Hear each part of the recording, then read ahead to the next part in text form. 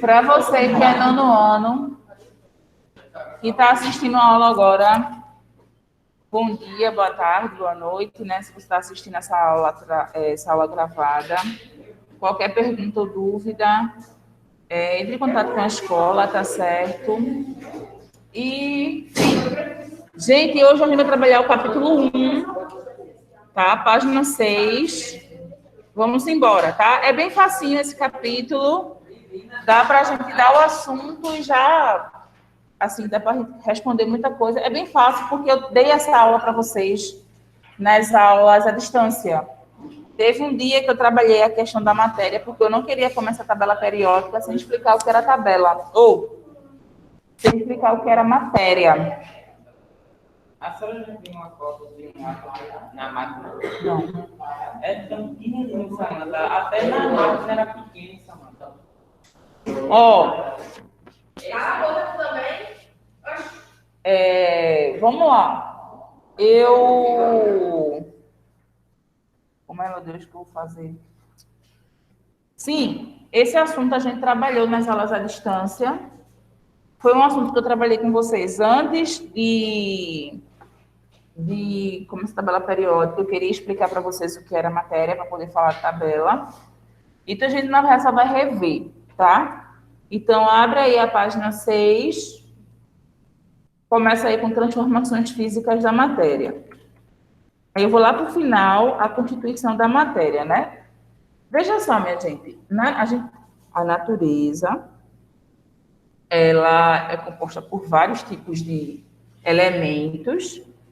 Elementos esses que passam por ligações químicas, que a gente já viu, né? Cada tipo de ligação vai dar origem a um tipo de material diferente, que tem uma reação que reage na natureza de uma maneira também diferente.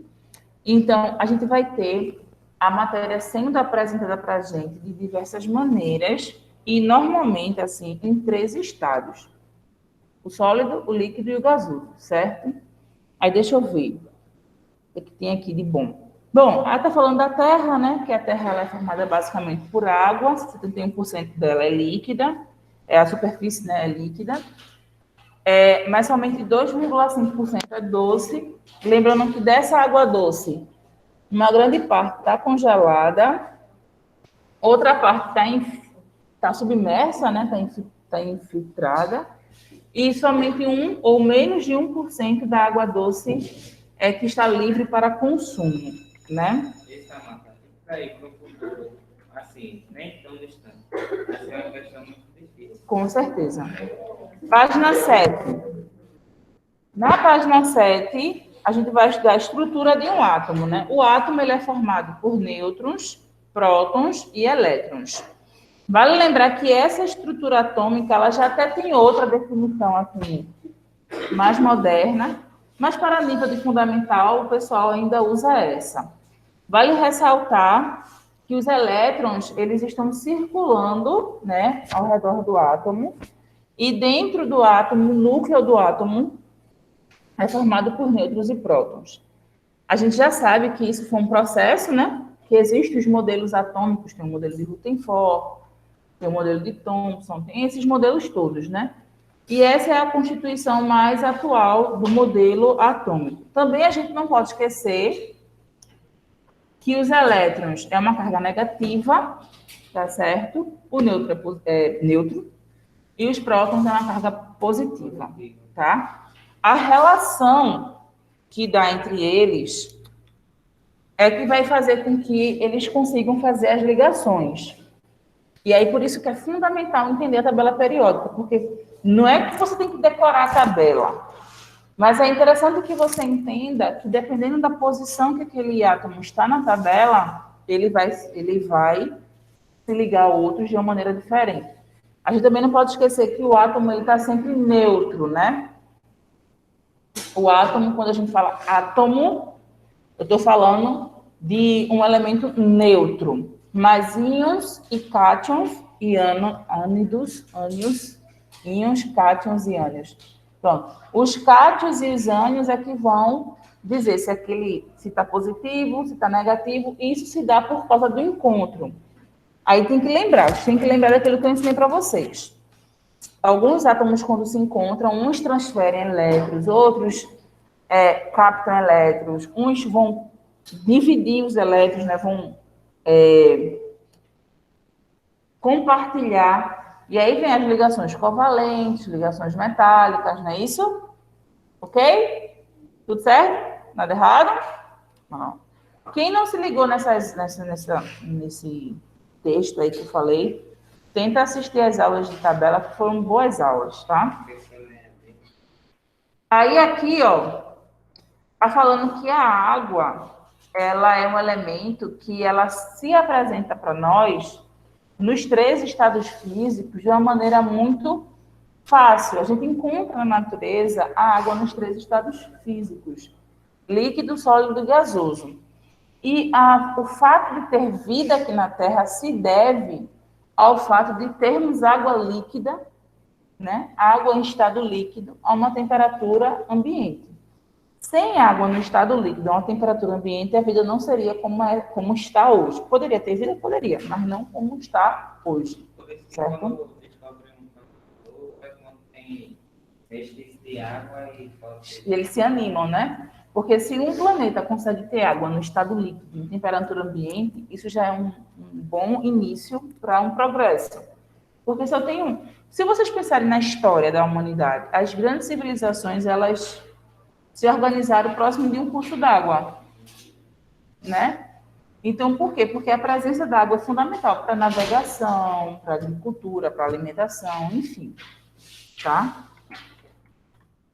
E aqui no finalzinho da página 7, a gente vê um exemplo, né, da água nos estados e como as moléculas se comportam em cada estado.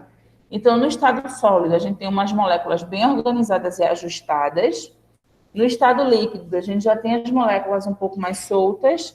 E no gasoso, ainda mais solta, né? fácil entender isso. Hã? Não, falei que é fácil entender Isso se dá, a gente tem que lembrar da questão da forma e do volume. O estado sólido, ele não muda de forma nem de volume.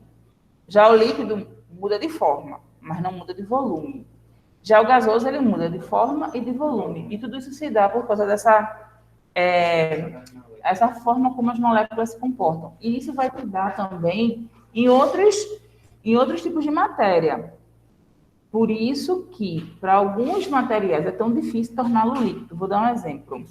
O ferro, né? Quanto de temperatura eu preciso ter para que um ferro ele desorganize a sua estrutura molecular, a ponto dessa estrutura molecular ganhar espaço e se tornar líquido. Por isso que fundir alguns materiais é muito difícil, tá? E tornar gasoso, então, mais difícil ainda, tá bom?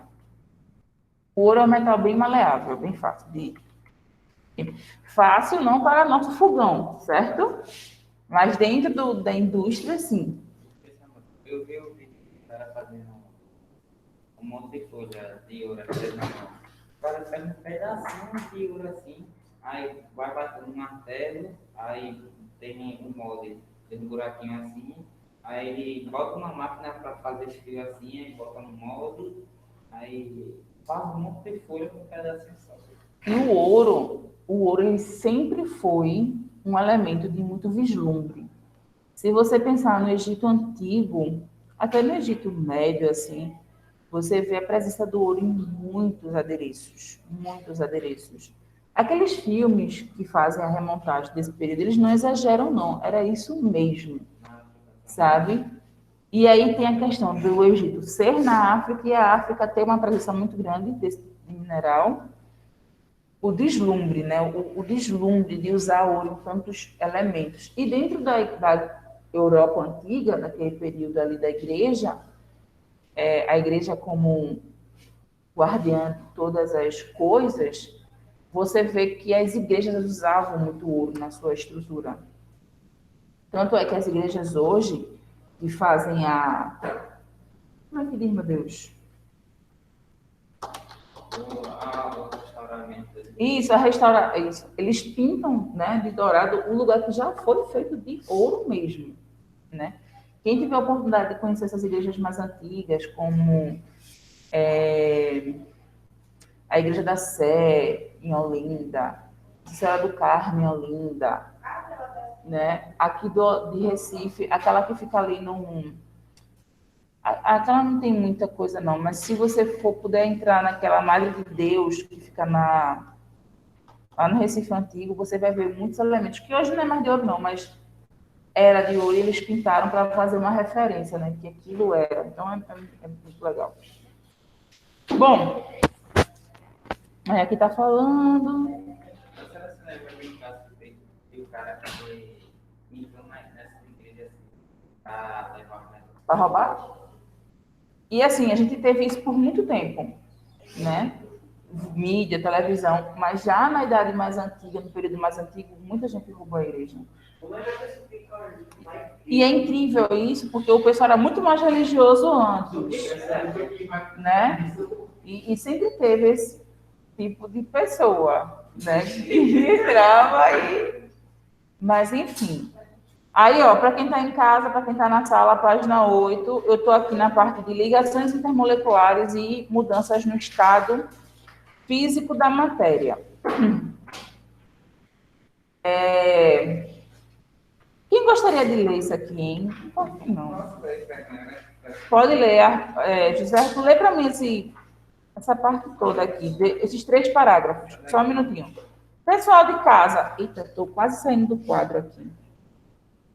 Pessoal de casa, quem gostaria de ler essa parte? A gente pode dividir aqui. Mas não dá para vocês ouvirem? Heloísa, Islane, Yasmin, que sempre lê. Pablo também. Vamos ler, bora. Ligações intermoleculares no estado físico da matéria. Quem é que vai ler de vocês aí? Eu. Pronto, Yasmin, lê aí. José Arthur, lê aqui. Vamos lá, 1, 2, 3, já. Durante esse ano, aprendemos como é formada a matéria e como os materiais se comportam quando passam por reações químicas. Também vimos algumas das propriedades específicas de certos materiais, incluindo a transformação das substâncias. As moléculas dessas substâncias atraem-se de maneira similar aos átomos. As ligações intermoleculares mais intensas ocorrem quando a extremidade de uma molécula for positiva e a extremidade de outra molécula for negativa. Existem alguns tipos de forças entre as moléculas. A mais intensa é exercida por ligações entre o elemento hidrogênio e os elementos flúor, oxigênio ou nitrogênio. São as denominadas ligações de hidrogênio. Observe na imagem as moléculas de água com as ligações químicas entre o átomo de oxigênio e os hidrogênios e as interações entre elas, representadas pelos tracejados. As forças moleculares são chamadas de força de Van não sei o quê. Essas forças são mais ou menos intensas, dependendo do tipo de molécula envolvida. Suas especificidades serão abordadas no ensino médio. Pronto, para aí um pouquinho. Observa aí essa imagem da molécula de hidrogênio, né? Bom, o livro ele foi claro, né? Quando a gente está falando de uma substância que é ligada por hidrogênio, flúor, oxigênio ou nitrogênio, a gente vai ter ligações mais fortes. Quando a gente fala de ligações mais fortes, são ligações mais estáveis. Lembra da regra do octeto? Vocês lembram da regra do octeto? São Jesus na causa. Perderam uma questão do vestibular, tá vendo? A regra do octeto diz que os elementos, para chegar à ligação, precisam ser neutros. E neutros não, eles precisam se equiparar a gases nobres. Lembra dos gases nobres que terminam a distribuição eletrônica em 2 ou 8? Pronto. Então, todos os elementos tentam se comportar dessa forma. Então, na regra do octeto, diz o seguinte, que é preciso que na distribuição eletrônica daquela substância termine em 8, 2 ou 8. E aí, o que acontece? Nessa hora, você, quando faz uma ligação química com hidrogênio, flúor, oxigênio, nitrogênio, a probabilidade de você chegar nessa quantidade de elétrons no final da distribuição faz com que a sua estrutura seja mais forte, mais rígida. E aí você vai chegar... Na prática, o que é isso? são elementos que mudam de estado de maneira muito mais difícil. Quando a ligação química não é tão forte, esse elemento ele é mais fluido, ele muda de ligação, de estrutura, como é que eu posso dizer? Ele interage também com o outro, ele se conecta com o outro muito mais fácil. E aí chama a atenção da água, porque a água é um solvente universal. Então, o que acontece? Ela é tão estruturada que ela interfere nos outros. Por isso que quando você vai coar um café, você consegue extrair, né? Mesmo que não dilua o pó, você consegue extrair o extrato do café somente usando água. Você consegue diluir sal, açúcar. E o fato da água conseguir ser um solvente é fundamental para nós, para o nosso organismo.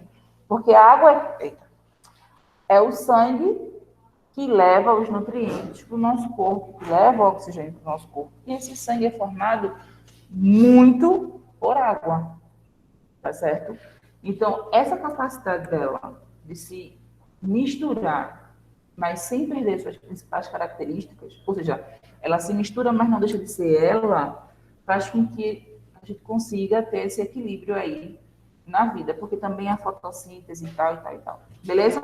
Quem tem sangue fraco é porque teve pouca água. Oi? Quem tem sangue fraco é porque teve pouca água. Não necessariamente, mas também pode ser. A questão do sangue fraco se decorre também do valor nutricional, né? Que não come as coisas que deveria comer e tal. E aí, também tem a questão do corpo, né? Tem gente que absorve determinados nutrientes de maneira muito rápida. Então, tem que entender, por exemplo, anemia. Tem gente que come feijão todo dia e tem anemia. Como é que se explica isso?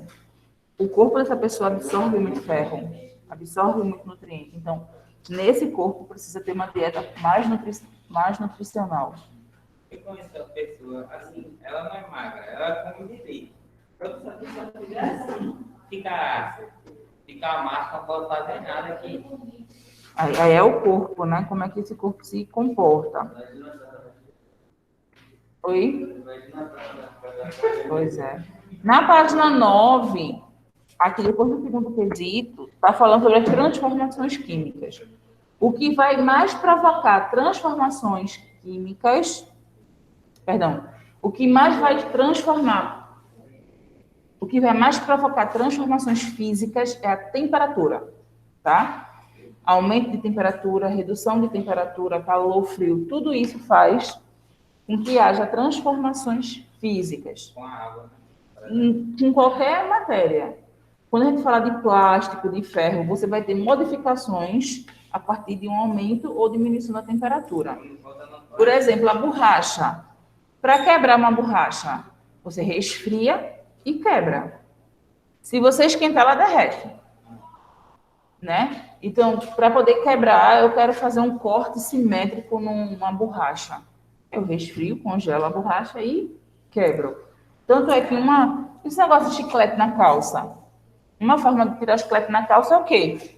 Passando gelo. Você passar gelo em cima do chiclete, ele vai endurecer, e na hora que você dobrar a calça, ele se parte e você tira. Certo? É. Samantha Coach e Life Hacks. Tá bom. Outra coisa também. E aí, veja, vocês não sabiam, né? E para mim isso é muito primário, isso. Assim, é tipo um negócio tipo, super primário. Deixa eu ver. Tem até naquele filme, o Quarteto Fantástico. Não tem o Senhor Elástico, o Senhor Borracha lá? No final do filme, o cara não congela ele, porque a intenção dele é matar. Para matar, ele tem que quebrar. E para quebrar a borracha, precisa congelar. Então, quando eu altero a temperatura, certos materiais vão alterar o seu estado físico, dependendo da temperatura que está sendo colocada, tá? Pronto, outra coisa, o ferro.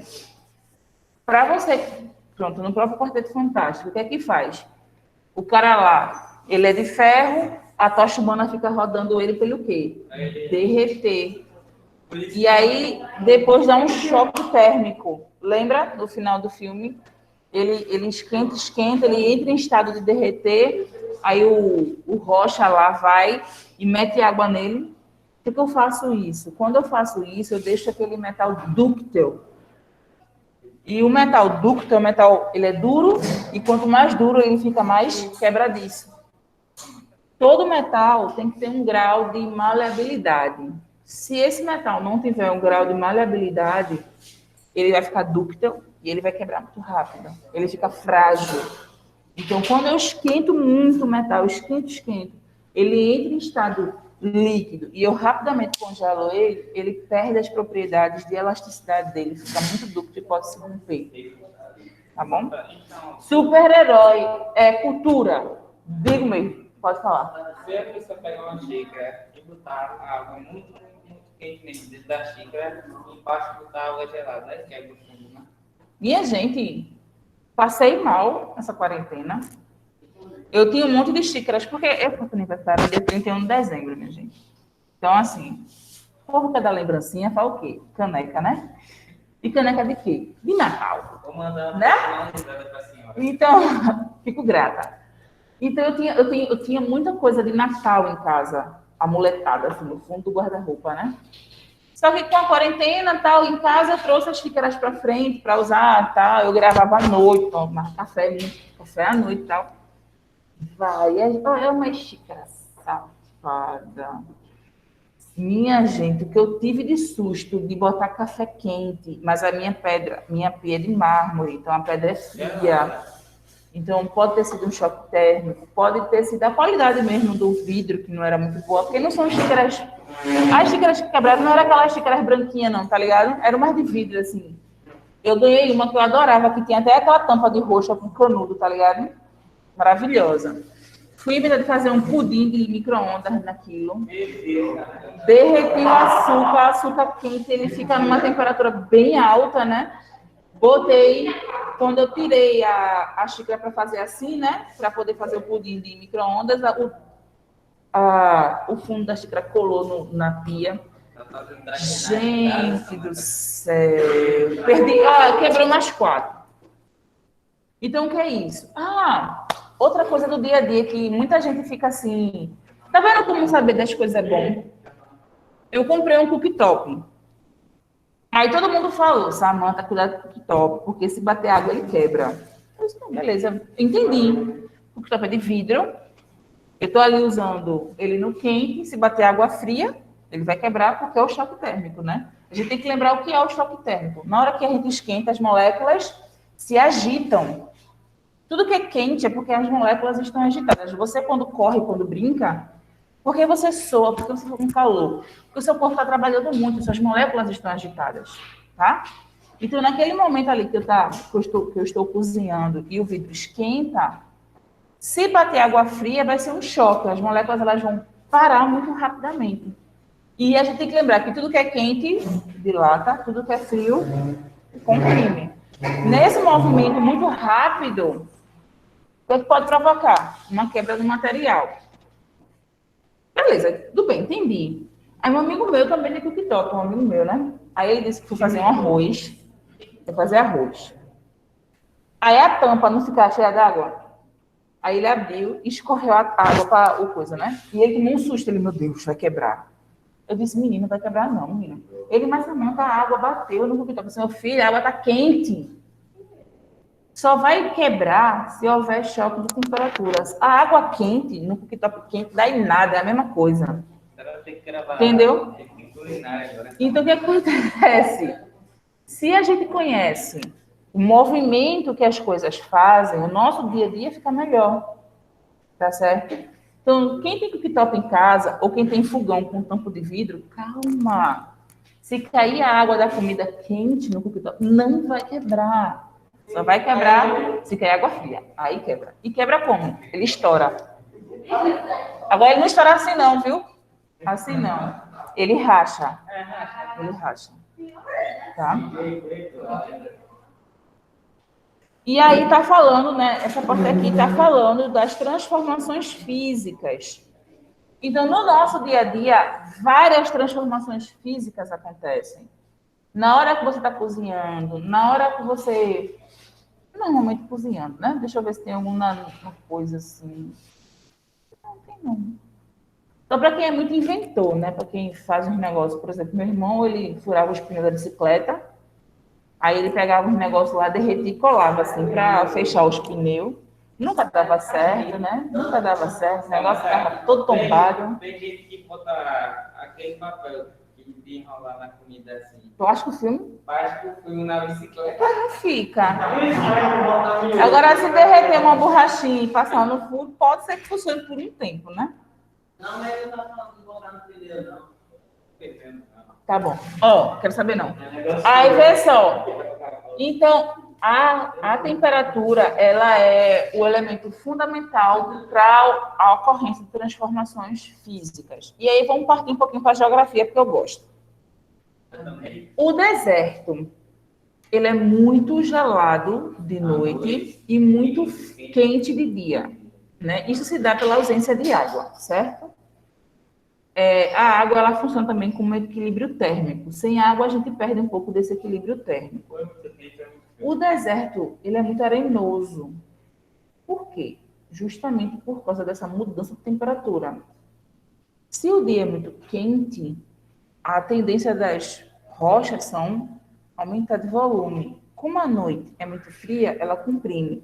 Esse movimento diário, né, sendo empregado ali naquelas rochas, fazem com que, quanto mais velho for o deserto, mais arenoso ele é, porque elas vão quebrando, elas vão perdendo as suas macromoléculas e virando pequenas micromoléculas. Como no deserto é muito arenoso, aí é muito quente e muito frio. Mas que nem aqui no Brasil, por exemplo. Aqui tem muita água, muita vegetação, é por isso que é tropical. Né? Tem a questão da localização da Terra com referência ao Sol também, né? É mais próximo. O eixo de inclinação. Mas aí você falou do Brasil, a gente tem que lembrar da praia, que sofre mais ou menos a mesma estrutura, só que dessa vez não é somente temperatura, mas é a força da água quebrando a rocha e partindo. Por isso que a areia da praia é fininha. Por isso que é tão quente, né? E também porque é mais próximo do Sol do que... Sim, aqui sim. Estamos na ponta, né? Na ponta não, na barriguinha da Terra. E aí, redondinho. Eu sei, os terraplanistas não querem acreditar, mas sim. A Terra é redonda. Não tem como não ser. Eu sei que é difícil, negacionismo. Sim. Aí, vamos lá. Tu é planista, é? Ah, não. Isso não, né? A Terra é um quadrado. Como assim, fim? Não. Porque sempre o fim de um é o começo do outro, né? Pergunta é, se o ano tem fim, como é que pode viajar dentro do mar? Por causa disso. Porque assim, o que é que vai delimitar? Vamos falar de geografia um pouquinho. Eu vou provar que agora. Peraí. Só para responder, Heitor. O que vai delimitar, existe as águas continentais, eu não sei quantos quilômetros são, mas da costa de um país, para determinado ponto, aquilo ali é continental, então aquele território de oceano pertence ao país. Tem as águas internacionais, só um pouquinho aqui, e tem o início das águas continentais do outro país. Então, daqui para a África, você passa pelas águas brasileiras, passa pelo meio, que são as águas internacionais, e chega na África. Então, o início do nosso mar e o fim dele é o início do outro. Por isso que não tem, assim, muita questão. Agora, por exemplo, o Rio São Francisco, que é um rio, em determinados pontos, ele é bem largo. Tem uma parte que é Petrolina e uma parte que é Juazeiro. E ali tem uma parte que é Petrolina, nunca é uma parte neutra, tá entendendo? Tanto é que é possível, às vezes, uma criança nascer num barco no rio. E aí, nessa hora, a mãe é que vai ter que dizer se ele é de Petrolina ou de Juazeiro, porque ela que vai ter que dizer onde é que ela estava, se estava mais para cá ou mais para cá. Acontece. Isso acontece também na Amazônia, porque o rio Amazônica é um oceano de água, né? Então, acontece. Por que acontece? Porque a mulher entra em trabalho de parto numa região, não tem hospital, vai para outro jeito, é chegar de barco, às vezes o menino nasce no caminho. Aí pronto, aí esse menino, a mãe vai dizer, ó, ele é de tal lugar porque eu quero, só. Isso acabou. Mas no mar já não é assim. Se acontecer de uma criança nascer em alto mar, ela define a nacionalidade dela a partir da localização que ela estiver. E tem um protocolo para águas internacionais também.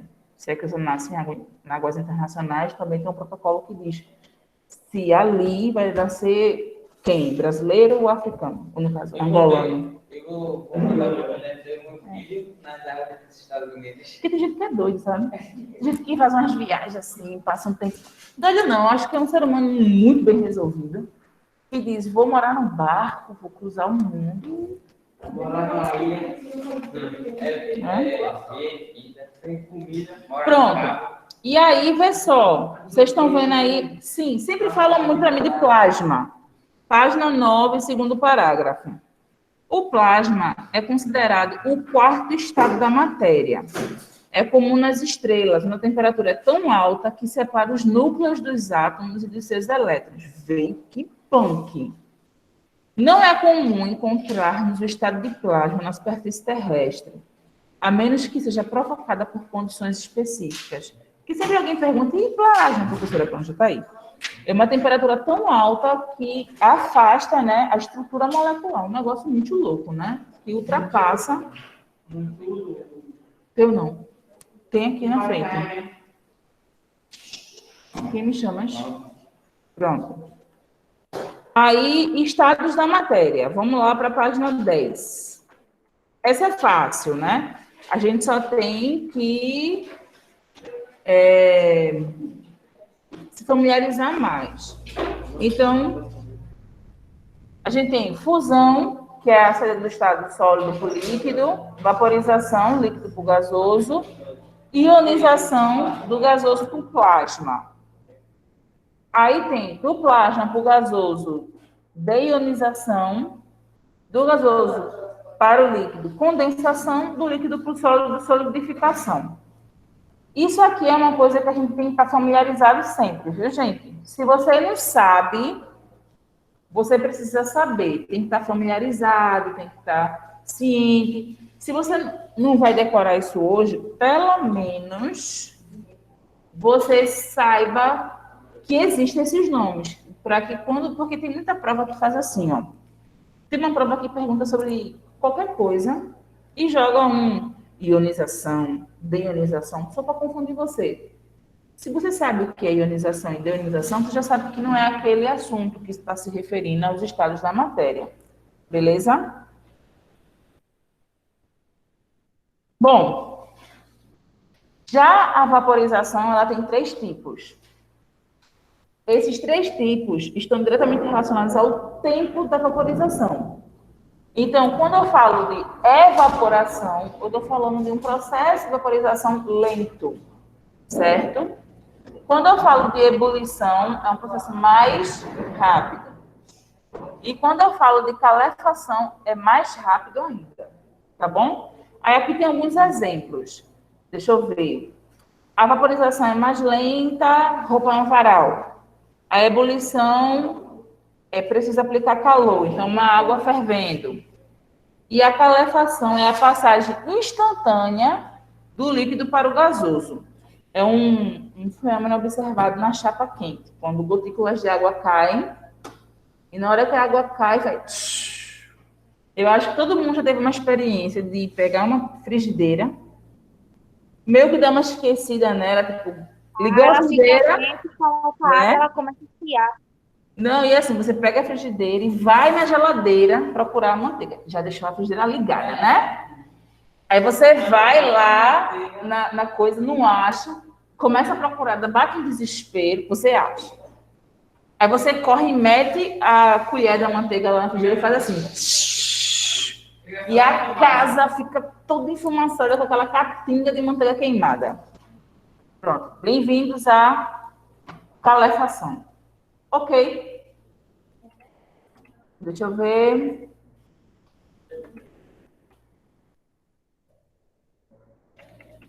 Mais alguma coisa aqui? Pronto. Olha aí, ó. O exemplo mor, 10, página 11. O exemplo mor, né, de uma passagem do estado sólido para o gasoso. Isso é muito raro, uma substância sair do sólido para o gasoso sem passar pelo líquido. Mas a gente tem um exemplo que sempre foi, desde que eu me entendo por gente, que usa esse exemplo, que são as bolinhas de naftalina. Vocês conhecem essas bolinhas? Quando eu era muito criança, minha mãe colocava isso dentro do guarda-roupa para evitar bicho. Mas as roupas fediam a naftalina. Hoje em dia não, hoje em dia ninguém usa mais não, sabe? Eu, pelo menos eu não conheço. O pessoal usa mais assim, sapateira, né? E aquele cheiro dela. Banheiro. Na minha casa mesmo não tem, para nada, que eu não suporto.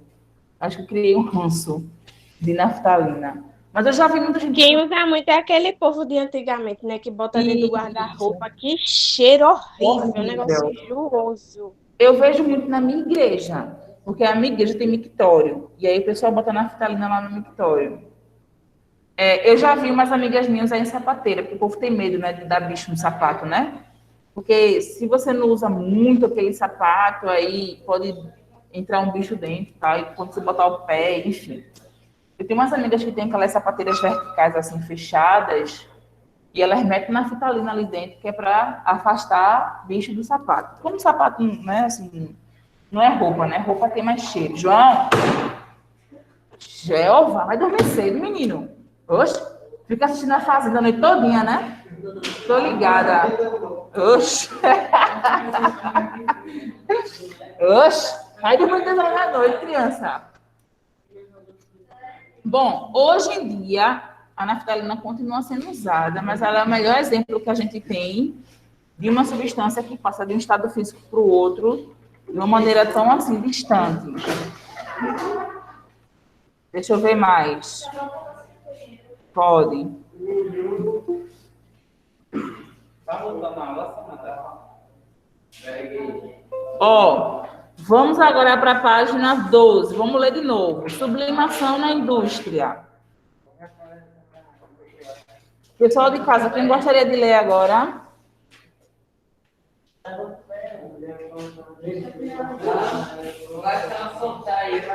Pessoal de casa, quem que vai ler agora? Bora, meu povo. Pessoal da sala, quem é que vai ler? O quê? É para ler essa parte aqui, ó. A utilização da sublimação na indústria. Página 12. Tudo é? É, tudo. Até 200 graus. Ai, Islane não tá se movimentando. Tu vai ler, Heloísa? Tô com preguiça. Na próxima eu leio. Tá bom. Pessoal da sala, quem é que vai ler?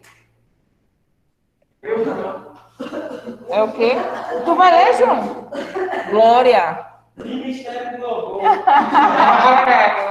Tu é crente, João? Amém, eu também. Tu é do louvor, é? Toca o quê? Tu é do louvor, é? Toca assim, toca baixo. E é. Tem muito baixista na minha família. Meu irmão e meu marido são também. A gente vai montar uma banda e tocar essa cultura na igreja dele. Ei, menino, Não. Ó, gente.